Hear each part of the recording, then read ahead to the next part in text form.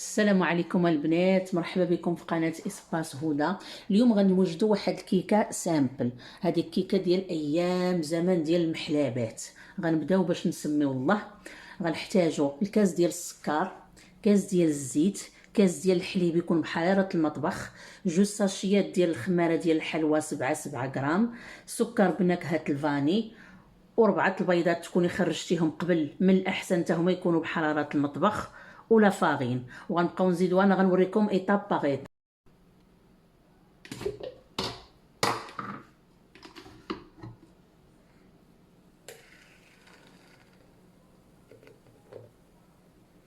ضروري نمكسيو البنات هاد الشيء مزيان، وهذا هو السر باش كيكه كتجي منفوخه. الا ما كانش عندكم بحال الميكسور نديرو الضراب الكهربائي.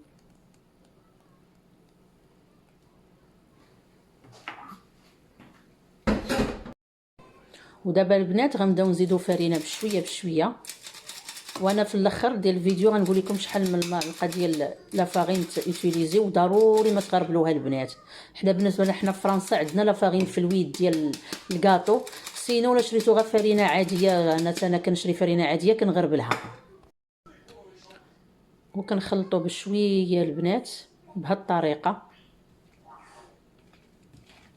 باش كيكات ديالنا تجي خفيفه. نسيت ما قلتش لكم كنحتاجوا الشوكولات اللي كنكونوا ذوبناه قبل ما نساليو الكيكه، باش هكا نزيدوه مع الكيكه. احنا دابا سالينا الخليط ديالنا، كنديروهم في ليمول ولا في مول عاديه. انا كندير هادو الصغار على قبل ولادي.